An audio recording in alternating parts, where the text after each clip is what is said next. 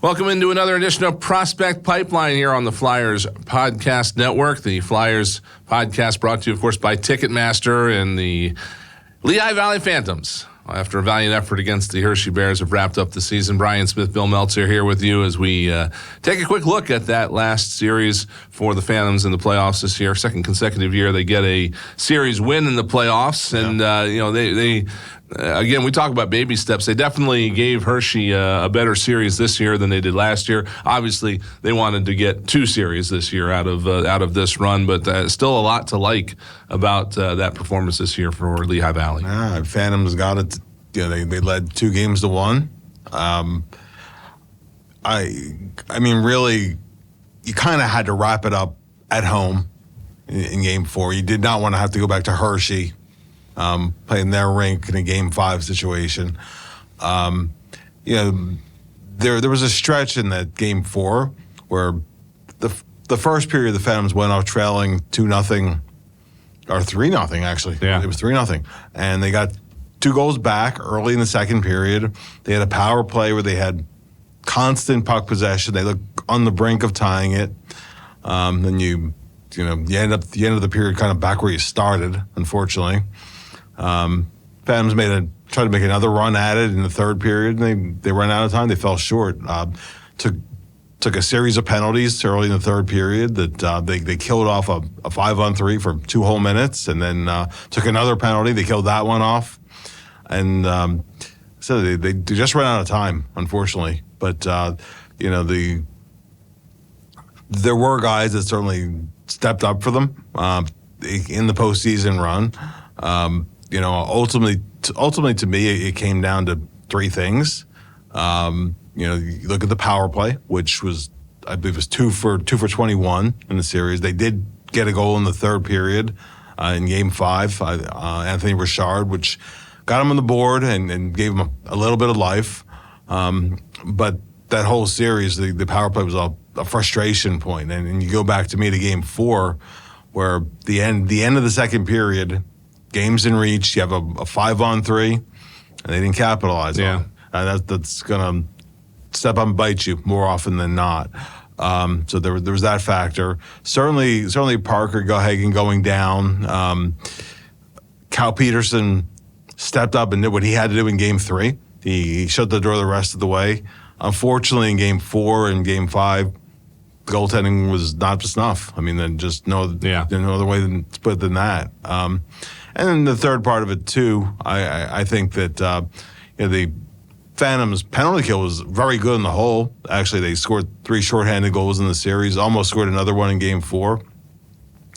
But in Game 4, they also gave up 3. That was a one game where Hershey got to them, and that was that loss on home ice that they really could not afford to have. So you add those things up. Defending champs was just a little too much for them. It is kind of crazy sometimes how close these games turn out to be, because, again, you're talking about Game 5 and the little bit of the comeback there with the 2 goals in the third period. But like you said, they went on a stretch there in that third period where they had to kill for quite a while. Yeah. And, in fact, it was roughing minors that happened at the same time for Louis Belpedio and Giovanni Smith. And so they go down 5-on-3. They got to kill that. And then basically almost right before it was over, Emil Andre with a cross-checking penalty, so that they're killing for 6 minutes. And we've talked about that at the NHL level. Even though the Bears didn't score on that power play, 6 minutes of power play time, number one, it wears you down. Number two, you're not generally able to attack, and that's not the situation you want to be in that third period. So, you look at it, and if those swing a different way, maybe we have a different result in there. At least we get to overtime. I don't know, but it is those little things that can cost you in those games. A couple of little moments there too. They had a shorthanded scoring chance. If you turn that into a goal, it was a nice save by Hunter Shepard there. Maybe the momentum swings a little bit there, and then there was a point blank chance at one point. I think Richard had it, and another good save by Shepard. They got the 2 goals in the period. Again, valiant effort, but really all that ultimately matters is that Hershey's moving on again. So it did seem to be, again, throughout the organization, the attention to defensive play and playing from the back out, it did seem to be there. Yeah. In the last 3 games, especially, Hershey never got more than 27 shots in the game. They only had 22 in the game 5, 20 in game 3. So that certainly was there, and that's I think a good sign, obviously, for the future for some of these young guys, that they're able to play a team as offensively dangerous as Hershey in this situation and able to play them like that. Yeah, you look at guys like McDonald. He stepped up at some key times. I thought Helge Grans on the whole had a really good series. Grans is an interesting guy because Ristolainen is going to miss the start of the year. Yeah, probability. They'll big right-handed shot defenseman, caught up for a little while this season. Really, I thought held his own during his time here. Had a good season for the Phantoms. That's the guy who might come out of camp with a spot in the NHL, and I think he's one of the guys that helped his cause in the postseason. Taking a look at some of the individuals, obviously we've talked about this quite a bit, and the fact that Jet Luchenko and Alex Bump get to go be a part of this after well, definitely for Bump, the end of his amateur career, presumably for Luchenko, that he'll be able to earn a spot in the NHL roster next year. For those guys to come out and be able to be a part of a run like this. Obviously, it doesn't end in a Calder Cup like in 2005, but it does bring back memories of guys like Jeff Carter and Mike Richards, and coming out of their amateur careers, being able to play in those scenarios against grown men and get a good start to their NHL career that way. Oh, sure. And Luchenko had, I believe it was 6 assists, something like that. Yeah, in postseason play. So. That's what he is. I mean, he's a playmaking center. Mm-hmm. He's definitely a pass-first guy, and he found some pretty quick chemistry with Alex Bump. Of course, Bump started the playoffs for the 2-goal game. Even game 1 of the Hershey series, I think he had 7 shots on goal in that game. The rest of the series, I mean, Hershey's a tight checking team for the most part.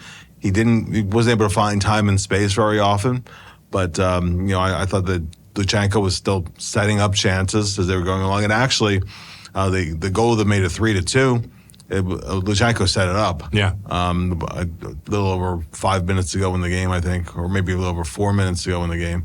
So he made some plays, and I had a chance along with Kevin Kurtz to speak kind of one-on-one with Alex and Jet after Game 4, and I was impressed particularly with Jet's maturity. Mm-hmm. I mean, you don't feel like you're talking to someone who's still 18 years old. He kind of has the perspective of a veteran. I was encouraged by the chemistry they have. We have the shoot first guy, you have the playmaker, and they seem to work well together. I think they could be playing together in the future, or these comparable kind of players. So. To have 2 young guys step in like that certainly is a valuable experience. And then the Phantoms, every team has injuries, so you can never use it as an excuse. But I mean, the Phantoms were still missing some people too. Yeah. And the situation in goal, which I'm sure we'll touch on in a second. Unfortunately, one goalie isn't getting the job done. You usually have another guy to go to. That wasn't the case. The Phantoms really had nobody else to turn to. Because if you look, Carson Bjarnason, he hasn't played in about 6 weeks, I believe. Something like that, yeah. He was banged up towards the end of the season. He tried to play through it in the playoffs for Brandon and didn't have a lot of success. I mean, he struggled. Yeah. It would be just setting him up to fail in an unfair situation to put him with a season on the line. Yeah, and then McIniemi missed 95% of the year. Gahagan obviously would have been starting. He wasn't available. So the only other guy is Petrozelli, who's your ECHL guy. So they had to go with a veteran there, sink or swim. And, I will say that in the third period, getting them through the penalty kills and whatever, Cal did step up. But I go back to the first goal and the third goal in Game 5, particularly the one that proved to be the series winner for Riley Sutter. Mm-hmm. And there's a defensive breakdown on there, too. It's never just on the goalie. Garrett Rowe, of course, a former Phantom, actually outworked was Adam Yinning behind the net for the puck, centered it out to Sutter, and Sutter scored from an impossible kind of side angle. So it's a situation where you're not expecting a goal against. Right. It happens. Yeah. Unfortunately, it made it 3-0 at that time. If Goaltending was available, if or if Cal wasn't getting it done, if you had another button you could push, maybe it's a different result, but it wasn't. It was what it was. And Hershey is and actually Alex Bum said it after Game 4 as to why we really wanted to close it here in our building.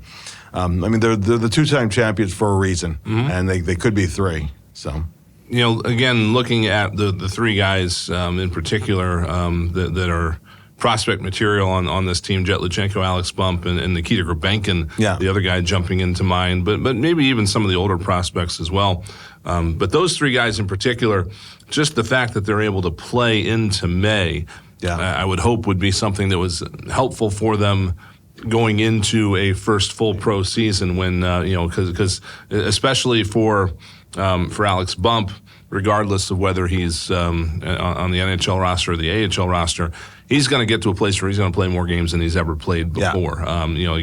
Luchenko, you come out of the OHL, you're still playing 65 games or whatnot, and then going on a bit of a playoff run certainly can help him with that.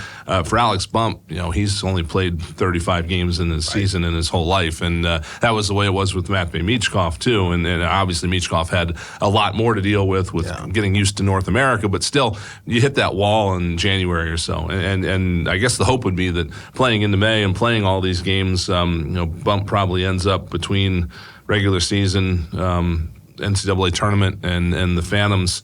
Probably ends up with close to I would think at least 50, if not a little bit more than 50 games this year. That should help. That should be a good intermediate step for him. For sure, and playing, playing in the spring, in the run that Western Michigan had, whatever. It's I think it's a good situation. It was definitely a productive year for him. This guy was in Hobie Baker consideration, had a really strong year. He can hopefully parlay it into a strong summer and training camp. And he developed as a player too. It wasn't just in terms of the points. I mean, I think that you can look at where multiple guys on the Phantoms really either took a step forward this year, where they know what they have to do moving ahead. Like on the opposite side of it. There are guys who didn't necessarily take a step forward, but you can look at where they had some success a year before, and they know what they have to do to get back to it. Yeah. So again, you talked about the goaltending, and when Cal Peterson was brought into the organization, I don't think there was any secret that he was brought in to salary cap relief for the Kings in order for the Flyers to get a draft pick. He now is off the books. Yes. We've talked about the salary cap situation being much better for the Flyers next year because they have the RFAs to sign. That's going to take up any money that was Cal Peterson's salary comes off the books. All that money's probably going to go to RFAs and some other things as Danny Briere builds out this roster. But again, you're seeing probably looking at the overall depth of the goaltending in the organization. You've got the 3 guys that played for the Flyers this past year mainly. Who knows what's going to happen with the backup situation? Maybe bringing in a veteran, but you've gotten Carson Bjarnason's feet wet.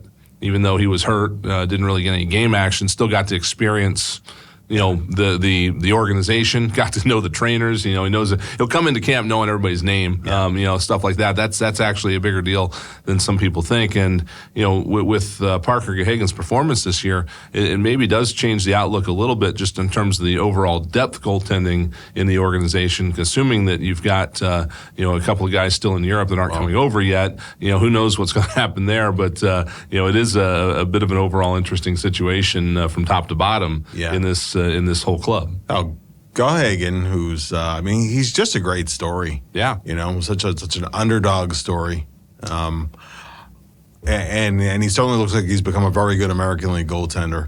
He's on the AHL deal, but he's deserved to be part of the picture there.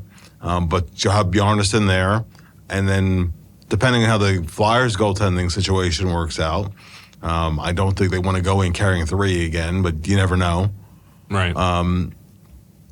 Which would require waiving a veteran. So, a guy like Fedotov, for example, might be there next year too. So they'd have to figure out between the 3 guys there how much playing time you give the rookie and how much time the 2 more senior guys get. But at least there's some depth there. Yeah. Whereas this year, I said they ended up with. They ended up shorthanded, unfortunately, when it mattered the most. It's crazy how quickly you can go from plenty of goalies to no goalies in this sport. And then again, just looking at the overall picture for this team this year. Next year, going into training camp, it is set up. I think some really healthy competition across the board because you're going to have all kinds of young guys knocking on the door to get a piece of things, both forwards and defensemen. But then you've got the veterans, Anthony Richard, Jacob Gaucher, guys that saw NHL time this year, Ole Lixell, that really kind of paved the way for the Phantoms this year. They are also going to be in the mix to show that they can be, part of that bottom end depth at the NHL level. So, if nothing else, there's a lot of healthy competition there, and some looks like some good talent that can, again, with this being a year where the Flyers don't have a ton of cap space, looking more toward 2026 as the opportunity to make a splash. They've got some guys here that can help them get through 25, 26 without having to go break the bank too much. Yeah, for sure. And they're guys, you hope take a step forward. I was saying there were guys that didn't have a great year this year, were really good the year before. Samu Tuomala particularly came into the year, played in the All-Star game, his first AHL season the year before that. Not a good year for him this year, but they know his speed. They know his ability to put the puck in the net. He had some injuries. He was one of the guys who was banged up late in the year. Yeah, didn't play in the playoffs at all. Yeah. So I'm interested to see how what he does next year. Chernik joined the team late in the season. Does he make the team this year? Certainly has the pedigree and is a great stick handler. Good puck guy. You didn't see him really in the playoffs, but you saw him at the end of the season with the Phantoms. Guys like Rizzo or guys who might work their way into a conversation, maybe not out of camp, but during the course of the year. And you need guys during the course of the season who can step up for a few games here and there. Just we mentioned earlier about Grans, for example. He did a nice job filling in when the Flyers need him in the blue line. And a lot of the times where guys come up and they stay up, is from a call up. It's not out of camp. Yeah. So that's happened to everybody from Claude Giroux to some journeymen that all of a sudden they find their way in the NHL and don't come back. So certainly though a solid season for the Lehigh Valley Phantoms, and our congratulations to Ian LaPerriere and his staff, Jason Smith, John Snowden, Bill Downey, for a great run in the Calder Cup playoffs this year. Last thing that's going on right now in the prospect world is the Memorial Cup. Even after Worlds, I feel like these seasons just get longer and longer. But the Memorial Cup is almost upon us. I feel like it usually is upon us by now. But the finals are going on in the 3 leagues that make up the CHL. And the Flyers certainly do have some interest in what's going on there because, again, the London Knights are there, and they also have a player on the Rimouski team that's hosting the Memorial Cup and will get in. So as far as London, we've been watching them for, I feel like, 3 years now. Denver Barkey, Oliver Bonk, coming pro next year. For Barkey, he's out with a high ankle sprain, we understand, which again is going to probably end a pretty good run for him a little bit early. As I don't think they expect him back. I guess you never know. They don't really need him though because London's so stacked. It's almost like let's just let him heal. And Oliver Bonk is still part of this run. Yeah, I mean, with Barkey's speed, he's been probably he and Cowan. They've been just a dynamic duo for London. And he got off to a great start in this postseason. The high ankle sprain is very unfortunate, but it's something that can linger for a long time. And in some ways, you're better if you break something because there's a more definitive timetable. So hopefully he can, and unfortunately Denver started the season. I think we had mono at the beginning of the year, so he kind of missed camp, started the season late, and then he kind of got back to playing his game. I mean, he once again, unfortunately, and this was his last year of World Juniors eligibility, but he just missed a spot again this year. But he's had a tremendous career for London. That's the guy who will definitely, I think, will be in the Phantoms a year from now. Biggest thing with Denver is just adding a little more muscle to his frame. But in terms of his speed, his tenacity, he's a really interesting prospect. He can put the puck in the net too. And with Bonk, I think it's more likely than not he'll start with the Phantoms.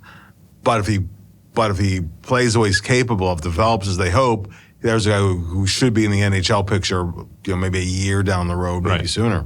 And again, getting to the NHL doesn't mean he's done, right? You want a guy like Bonk to get to the NHL and still grow for another 3, 4, 5 years. He's not going to get here and be the best that he's going to be immediately, especially not as a defenseman. But he's got 13 points in 16 playoff games. As we record this, the London Knights are up 3-1 in their final series. And again, with these guys, too, we talked about it briefly a moment ago, but that's the benefit of playing for London is that Barkey and Bonk are going to get to the pro level, and they're not going to miss a beat because they've already been playing pro-type schedules. You look at the last 3 years with the London Knights. 2 years ago, 21 playoff games for Oliver Bonk. Last year, 18. This year, he's already at 16 with some more coming. Again, Barkey's probably done for the year, but 22 years ago, 18. So these guys are going to arrive already having played 80 game seasons, and they'll be used to the grind. Yeah, I mean, biggest thing for those guys. Assuming they win the series, will the Memorial Cup. They weren't able to win it last year. Came close, but that'd be the capstone to their junior career because they played for just a phenomenal junior team. One of the best teams the OHL seen in a long time for multiple years. So that's and they've all been central parts of that. So that can only benefit them when they become pros. Mm-hmm. And then on the flip side, you look at a guy like Spencer Gill. This is a great experience for him. I'm interested to see if maybe a year from now he could be, because he was, he's in that kind of initial conversation for the World Juniors, really viewing next year as the pivotal year for him. I think that's a guy who, between the combination of size and speed, still a lot he has to learn, of course.